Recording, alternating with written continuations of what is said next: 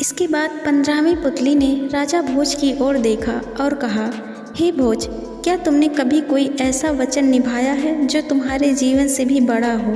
क्या तुमने कभी अपने प्राण संकट में डालकर किसी आशा को बचाया है, जैसा कि विक्रमादित्य ने किया? राजा भोज गंभीर हो गए। पुतले ने अपनी कथा शुरू की। विक्रमादित्य प्रतिदिन वेश बदलकर नगर भ्रमण करते थे। एक दिन वे एक बीमार और वृद्ध तपस्वी के पास पहुँचे, जो नगर के बाहर एक टूटी हुई झोपड़ी में अकेला रहता था।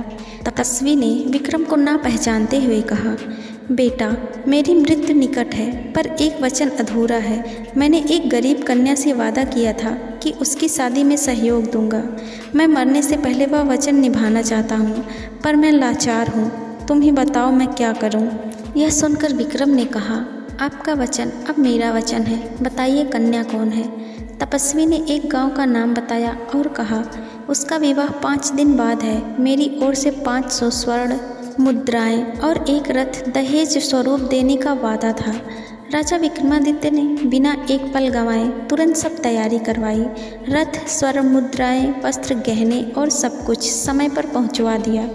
कन्या का विवाह पूरे गांव में धूमधाम से हुआ।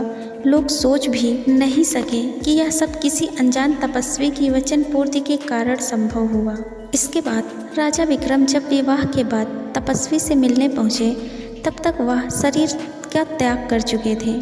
विक्रम ने देखा, पास में एक पत्र रखा था। उसमें लिखा था कि राजन, मैं जानता था कि आप ही सच्चे धर्मात्मा हैं। मैं इंद्रलोक से भेजा गया था यह जानने के लिए कि क्या पृथ्वी पर कोई ऐसा राजा है जो वचन की रक्षा के लिए अपना सर्वस्व त्याग सकता है, और यह बात आपने साबित कर दिया।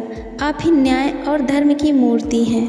वह पत्र पढ़ते ही आकाश में घंटियां बजने लगी, तेज प्रकाश फैला और आकाशवाणी हुई, राजा विक्रम, तुम्हारे वचन और त्याग ने तुम्हें लोकपालों की श्रेणी में स्थान दिला दिया है। कहानी खत्म करते हुए पुतली ने भोज से पूछा, हे भोज, क्या तुम भी ऐसा कोई वचन निभा सकते हो जिसे निभाने के लिए अपने प्राणों की चिंता भी ना करो? क्या तुम उस त्याग और सेवा की भावना को समझते हो जो विक्रमादित्य में थी? राजा भोज चुपचाप रहे। वे जानते थे कि परीक्षा गहराती जा रही है।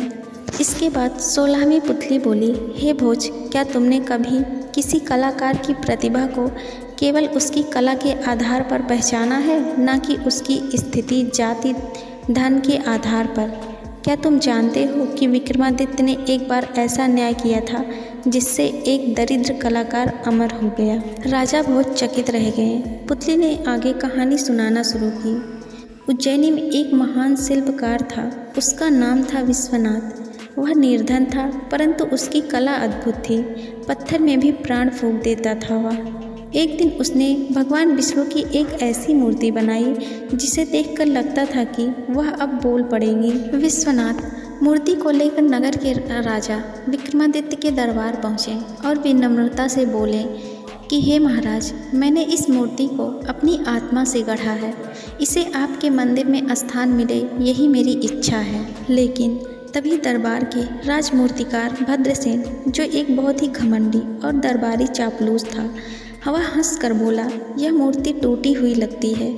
ऐसे साधारण मूर्तिकार की रचना मंदिर में नहीं सज सकती। राजा विक्रमादित्य ने कहा, कला का निर्णय केवल शब्दों से नहीं होता, कर्म और परख से होता है।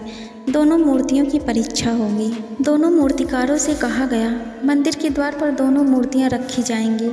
जो मूर्ति अधिक श्रद्धालुओं को झुका देगी वही मंदिर में स्थान पाएंगी। दोनों मूर्तियां रखी गई। एक और भद्रसेन की चमकती हुई मगर बनावटी मूर्ति, दूसरी ओर विश्वनाथ की शांत सी लेकिन आत्मा से तरासी हुई मूर्ति। दिन भर में हजारों श्रद्धालु आए।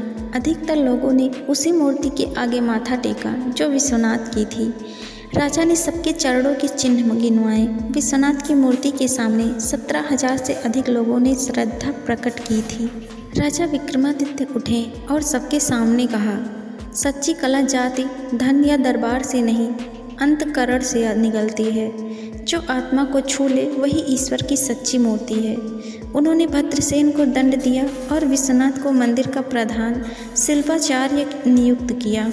कहानी खत्म करते हुए पुतली ने कहा, हे भोज, क्या तुमने कभी किसी अनदेखे कलाकार को बिना किसी सिफारिश, बिना किसी दरबारी दबाव के केवल उसकी कला के आधार पर सम्मान दिया है? क्या तुम कला को राजनीति से ऊपर मानते हो, जैसे विक्रमादित्य ने माना?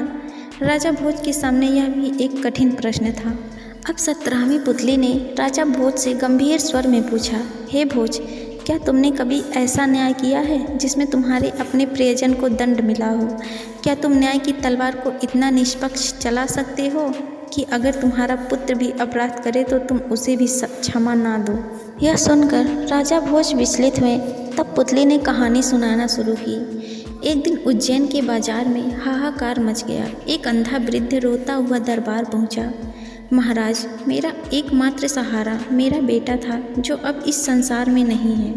किसी रथ ने उसे कुचल दिया और चला गया। किसी ने सहायता भी नहीं की। यह सुनते ही राजा विक्रमादित्य ने तुरंत सैनिकों को आदेश दिया कि राज्य की एक भी प्रजा यदि अन्याय का शिकार हो तो यह मेरे शासन की हार है। खोजो उस रथ को जिसने उनके बेटे को कुचला। कुछ ही देर में पता चला कि वह रथ राजा के बड़े पुत्र कुमार सोमदेव का था। यह पता चलते ही सभी दरबारी स्तब्ध रह गए। कोई कुछ भी बोल ना सका। राजा विक्रमादित्य ने सोमदेव को बुलवाया। विक्रम ने कहा, बोलो सोमदेव, क्या यह सत्य है? सोमदेव ने कहा, पिताश्री, मैंने रथ स्वयं नहीं चलाया था, सारथी चला रहा था और वह तेज गति में था। मुझे ज्ञात नहीं था कि वह वृद्ध आ गया। विक्रम ने कहा, राजकुमार होते हुए भी तुम्हारा दायित्व दोगुना था। अज्ञान कोई बहाना नहीं। वृद्ध की आंखें नहीं थी पर तुम तो देख सकते थे। तुम्हारा दायित्व था, सावधानी थी, संयम था और वह तुमने खो दिया। राजा ने निर्णय सुनाया। कुमार सोमदेव को 1 वर्ष के लिए राज्य से वनवास दिया जाता है। वह जन सामान्य के बीच रहकर सेवा करेंगे और पीड़ितों की सहायता करेंगे। राजा ने वृद्ध को बुलाया और कहा, आपका बेटा तो अब नहीं रहा, परंतु अब से मैं आपका पुत्र हूँ। राजकोष से हर महीने आपको सहायता दी जाएगी और आपके लिए एक सेवक भी नियुक्त किया जाएगा। यह सुनकर वृद्ध की आंखों से आंसू निकल आए। महाराज, आपने मेरे बेटे को नहीं, मुझे ही लौटा दिया है। कहानी सुनाने के बाद पुतली ने राजा भोज से कहा, हे भोज, क्या तुम इतना निष्पक्ष निर्णय ले सकते हो जब तुम्हारे अपने प्रिय को दंड मिल रहा हो? क्या तुम्हारा न्याय सिंहासन से ऊंचा है जैसा विक्रमादित्य का था? राजा भोज मौन रह गए। पुतली के प्रश्न ने उनकी आत्मा को झकझोर दिया था। अब 18वीं पुतली ने राजा भोज से गहन दृष्टि से पूछा, हे भोज, क्या तुम धर्म और भक्ति के बीच का अंतर समझते हो? क्या तुम अपने निजी विश्वास को छोड़कर प्रजा के धर्म की रक्षा कर सकते हो? यह सुनकर राजा भोज चौंक गए। उन्होंने सिर हिलाया परंतु उत्तर ना दे सके। तभी पुतली ने कथा प्रारंभ की। एक बार उज्जैन में एक प्रसिद्ध साधु आया। वह दूर दूर तक अपने तप और योग बल के लिए जाना जाता था। राजा विक्रमादित्य ने उसे आदरपूर्वक बुलवाया और उसका स्वागत किया। साधु ने कहा, महाराज, मैं एक विशेष यज्ञ करना चाहता हूँ, परंतु उसमें बलि की आवश्यकता होगी। राजा चौंक उठे कि बलि? उनके राज्य में वर्षों से पशु बलि पर प्रतिबंध था। राजा बोले, हे मुनिवर, हमने प्रजा की भावनाओं, करुणा और विवेक को ध्यान में रखते हुए बलि पर रोक लगाई है। परंतु महाराज, साधु ने जोर दिया, यह बलि केवल प्रतीकात्मक है। मैं एक बकरी की बलि देकर देवी को प्रसन्न करना चाहता हूँ, जिससे पूरे राज्य का कल्याण होगा। इसके बाद दरबार 2 भागों में बंट गया। कुछ ने कहा कि साधु महात्मा है, उनकी बात टालना ठीक नहीं है, तो कुछ बोले कि राजा को अपने नियम पर अडिग रहना चाहिए। राजा विक्रमादित्य को गहन सोच में डूबना पड़ा। अंततः उन्होंने निर्णय लिया कि यदि बलि आवश्यक है तो मैं स्वयं उस बकरी की जगह बलि चढ़ने को तैयार हूँ, क्योंकि राज्य का कल्याण मेरे शरीर से बड़ा है। यह सुनकर साधु हक्का बक्का रह गए। महाराज, यह आप क्या कह रहे हैं? आपके यज्ञ का उद्देश्य राज्य की रक्षा है, तो फिर मैं ही क्यों न उस बलि का माध्यम बनूं?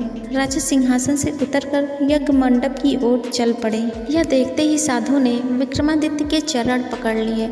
महाराज, आपने मुझे सिखाया कि सच्चा धर्म हिंसा नहीं, करुणा है। आज से मैं किसी भी यज्ञ में बलि नहीं दूंगा। राजा ने मुस्कुरा कर कहा, धर्म वह नहीं जो दूसरों को पीड़ा दे, धर्म वह है जो दूसरों की रक्षा करे। कहानी सुनाने के बाद पुतली ने भोज से कहा, क्या तुम अपने राज्य के नियमों की रक्षा इतनी दृढ़ता से कर सकते हो कि भले ही सामने कोई महान तपस्वी क्यों ना हो? क्या तुम धर्म को सत्ता से ऊंचा समझते हो जैसे विक्रमादित्य ने माना? राजा भोज गहरे विचार में पड़ गए। 19वीं पुतली ने राजा भोज से गंभीर स्वर में पूछा, हे भोज, क्या तुमने कभी किसी पराये व्यक्ति की इज्जत को अपनी मर्यादा मानकर उसकी रक्षा की है जैसे विक्रमादित्य ने की थी? क्या तुम बिना कोई स्वार्थ देखे किसी अजनबी स्त्री की प्रतिष्ठा के लिए अपने प्राणों की बलि लगा सकते हो? राजा भोज चुपचाप सिर झुका लिए। फिर पुतली ने कहानी सुनाई कि एक बार उज्जैन के महल के पास एक महिला रोती हुई भीड़ में से भागती हुई आई। उसकी आंखें डरी हुई थीं, वस्त्र फटे हुए और चेहरे पर बेबसी थी। उस समय राजा विक्रमादित्य अपने महल की छत से नीचे की ओर देख रहे थे। उन्होंने तुरंत उसे महल के भीतर बुलवाया। वह स्त्री कांपती हुई बोली, महाराज, मैं एक साधारण व्यापारी की पत्नी हूँ। मेरे पति को कुछ भ्रष्ट सैनिकों ने मार डाला और अब वे मुझे अपनी रखैल बनाना चाहते हैं। मैंने किसी तरह भागकर यहाँ शरण ली है। राजा ने एक क्षण भी बिना सोचे कहा, अब तुम इस राजमहल की अतिथि हो। जब तक मैं जीवित हूँ कोई तुम्हारी प्रतिष्ठा को ठेस नहीं पहुँचा सकता।